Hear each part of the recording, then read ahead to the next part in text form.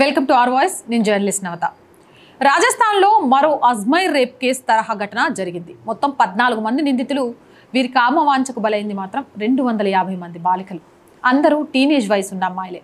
School కాలేజ్కి వెళ్లే అమ్మాయిలే వారి టార్గెట్.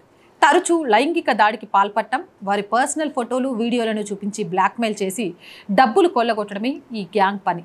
ఫిబ్రవరి నెలలో వెలుగు చూసిన ఈ ఘటన 1992లో అజ్మీర్ దర్గా ఘటనను తలపిస్తుంది. అసలు ఈ కేసులో ఏం జరిగింది, తాజా ఘటన ఎలా వెలుగులోకి వచ్చింది ఇప్పుడు తెలుసుకుందాం. ఫిబ్రవరి 16, 17వ తేదీల్లో రాజస్థాన్లోని బీజయనగర్ పత్రికల్లో ఈ అత్యాచారాలకు సంబంధించిన వార్తలు ప్రచురించబడ్డాయి. 1 కాదు 2 కాదు, 10ల సంఖ్యలో ఈ కేసులు వెలుగు చూశాయి. మొత్తం బాధితుల సంఖ్య 250కి పైగా ఉందంటే ఈ కేసు ఎంత పెద్దదో ఇట్టే అర్థం చేసుకోవచ్చు. ముఖ్యంగా స్కూళ్ళు కాలేజీలకు వెళ్లే అమ్మాయిలను ఈ గ్యాంగ్ టార్గెట్ చేసుకుంది. ఒకరి ద్వారా మరొకరిని ట్రాప్ చేస్తూ వచ్చింది ఈ గ్యాంగ్.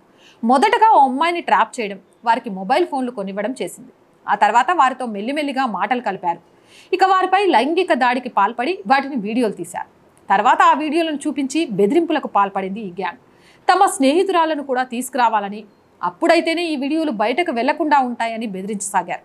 దీంతో చేసేదేమీ లేక బాధితులు మరొకరిని ఆ ఉచ్చులోకి లాగారు. ఇలా మొత్తం బాధితుల సంఖ్య 250కి చేరింది. ఓ బాలిక ఇంట్లో ఫోన్లో మాట్లాడడాన్ని తల్లిదండ్రులు గమనించి విషయం వెలుగులోకి వచ్చింది. బాలిక తన బెడ్రూమ్లో సీక్రెట్గా ఫోన్లో మాట్లాడుతుండడాన్ని తన సోదరుడు గమనించాడు. ఇంట్లో ఆ బాలికకు ఫోన్ ఎలా వచ్చిందని ఆరా తీశాడు. ఎవరితో మాట్లాడుతున్నామని నిలదీశాడు. తర్వాత అదే వ్యక్తికి ఫోన్ చేయించి అమ్మాయితో మాట్లాడించగా నిందితుడు అసభ్య పదజాలంతో మాట్లాడడాన్ని గమనించాడు. దీంతో స్థానిక పోలీస్ స్టేషన్లో ఫిర్యాదు చేశారు. అప్పుడు వెలుగు చూసింది ఈ కేసు. ఈ కేసులో మొత్తం 14 మంది నిందితుల్ని అరెస్ట్ చేశారు పోలీసులు.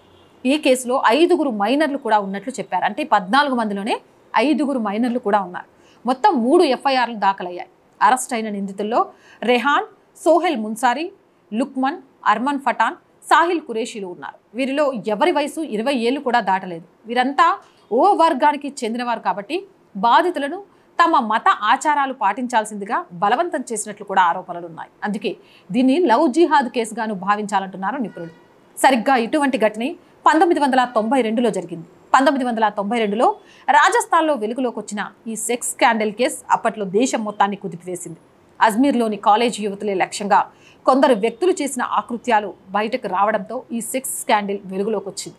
100 మందికి పైగా కాలేజీ అమ్మాయిలను సామూహిక అత్యాచారం చేసి వారి నగ్న ఫోటోలను వైరల్ చేశారు. ఈ క్రమంలోనే వారిని బెదిరించి మరికొంతమంది అమ్మాయిలను తీసుకువచ్చేలా నిందితులు బ్లాక్మెయిల్ చేశారు. ఈ క్రమంలోనే ఈ మొత్తం వ్యవహారంలో అప్పటి యూత్ కాంగ్రెస్ జిల్లా అధ్యక్షుడు నఫీస్ చిస్తీ ప్రధాన నిందితుడని తేల్చారు. ఈ 32 ఏళ్ల సెక్స్ స్కాండల్ కేసులో అజ్మీర్ స్పెషల్ కోర్టు 6గురికి జీవిత ఖైదు వేసింది. నఫీస్ చిస్తీ, సలీం చిస్తీ, ఇక్బాల్ భాటీ, నసీం సయ్యద్, జమీర్ హుస్సేన్, సోహల్ ఘనీలను స్పెషల్ కోర్టు దోషులుగా నిర్ధారించింది. ఈ లైంగిక దాడిలో మొత్తం 18 మంది నిందితులు ఉన్నట్లు తేలింది.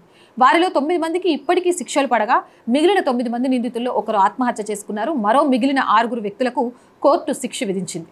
అయితే ఈ కేసులో తీర్పు రావడానికి దాదాపు 32 ఏళ్లు పట్టడానికి రాజకీయ జోక్యమే కారణమంటారు నిపుణులు. అజ్మీర్ దర్గా దేశంలోని ప్రముఖ దర్గాల్లో ఒకటి. దీంతో పాటు కేసులో ప్రధాన నిందితుడు కాంగ్రెస్ పార్టీలో కీలకమైన స్థానంలో ఉన్నాడు. అందుకే ఈ కేసు సుదీర్ఘకాలం కొనసాగిందనే ఆరోపణలు కూడా ఉన్నాయి. ప్రస్తుతం బీజయనగర్లో జరిగిన ఈ కేసులో మాత్రం అలసత్వం ప్రదర్శించకూడదని పలువురు కోరుకుంటున్నారు. రాష్ట్రంలోని బీజేపీ ప్రభుత్వం ఈ కేసును త్వరగా విచారించేలా చర్యలు తీసుకోవాలంటున్నారు. ఇటువంటి కేసులను అంత ఈజీగా వదలకూడదని అంటున్నారు. ముఖ్యంగా లవ్ జిహాద్ దేశానికి ఒక భూతంలా పట్టిందని చెప్తున్నారు. ఇటువంటి వాటిపై ఎంత త్వరగా చర్యలు తీసుకుంటే అంత మేలని అభిప్రాయపడుతున్నారు. నిందితులతో పాటు వారి వెనుక ఏదైనా రాకెట్ ఉందా అనే కోణంలో దర్యాప్తు చేయాలని కోరుతున్నారు. అప్పుడే ఇటువంటివి భవిష్యత్తులో జరగకుండా ఉంటాయని అభిప్రాయపడుతున్నారు. అంతేకాదు ఇటువంటి వాటి పట్ల బాలికల్లో అవగాహన తీసుకొచ్చేందుకు కేంద్ర రాష్ట్ర ప్రభుత్వాలు చర్యలు తీసుకోవాలి. ముఖ్యంగా టీనేజ్ వయసున్న అమ్మాయిలు ఇటువంటి వాటిని ఇంట్లో చెప్పలేక భయపడి నిందితులు అడిగినవన్నీ చేస్తున్నారు. తాజా బీజానగర్ ఘటనలో ఓ బాలిక తన ఇంట్లోని డబ్బును నిందితులకు ఇచ్చినట్లు ఆరోపణలున్నాయి. దీంతో పాటు లైంగికాను గాను దాడికి గురైనట్టు అవకాశం కూడా ఉంది. అందుకే ఇటువంటి వాటిపై సంపూర్ణ అవగాహన కల్పించేందుకు కేంద్ర రాష్ట్ర ప్రభుత్వాలు కృషి చేయాలి. మరీ ముఖ్యంగా లవ్ జిహాద్పై చట్టాలను మరింత కఠినం చేయడంతో పాటు దేశవ్యాప్తంగా ఈ చట్టాన్ని అమలు చేయాల్సిన అవసరం ఎంతైనా ఉంది. అవునంటారా కాదంటారా? మీ అభిప్రాయం ఏంటి? కామెంట్ సెక్షన్లో పెట్టేయండి. మోర్ వీడియోస్ కోసం ఛానల్ని వెంటనే సబ్స్క్రైబ్ చేయండి. చాలామంది వీడియోస్ చూస్తున్నారు, సబ్స్క్రైబ్ చేయడం మర్చిపోతున్నారు. So please subscribe our channel. Content బాగుంది అనిపిస్తే లైక్ చేయండి, షేర్ చేయండి, సపోర్ట్ చేయండి. అండ్ ఆర్ వాయిస్కి ఆర్థికంగా సపోర్ట్ చేయండి. ఆర్థికంగా సపోర్ట్ చేయాలి అనుకుంటే సబ్స్క్రిప్షన్ పక్కనే జాయిన్ అనే బటన్ ఉంటుంది. 1 to 5 లెవెల్స్ ఉంటాయి. ఏదో ఒక లెవెల్లో సపోర్ట్ చేయండి. అలాగే స్క్రీన్ మీద గూగుల్ పే, ఫోన్పేతో పాటు అకౌంట్ డీటెయిల్స్ కూడా ఉంటాయి. మీకు తోచిన సహాయం చేయడం ద్వారా ఈ ఛానల్కి సపోర్ట్గా నిలవచ్చు. వ్యాపార ప్రకటనల కోసం, ప్రజా సమస్యల కోసం 8328500576 నెంబర్ని సంప్రదించండి. జై హింద్, జై భారత్.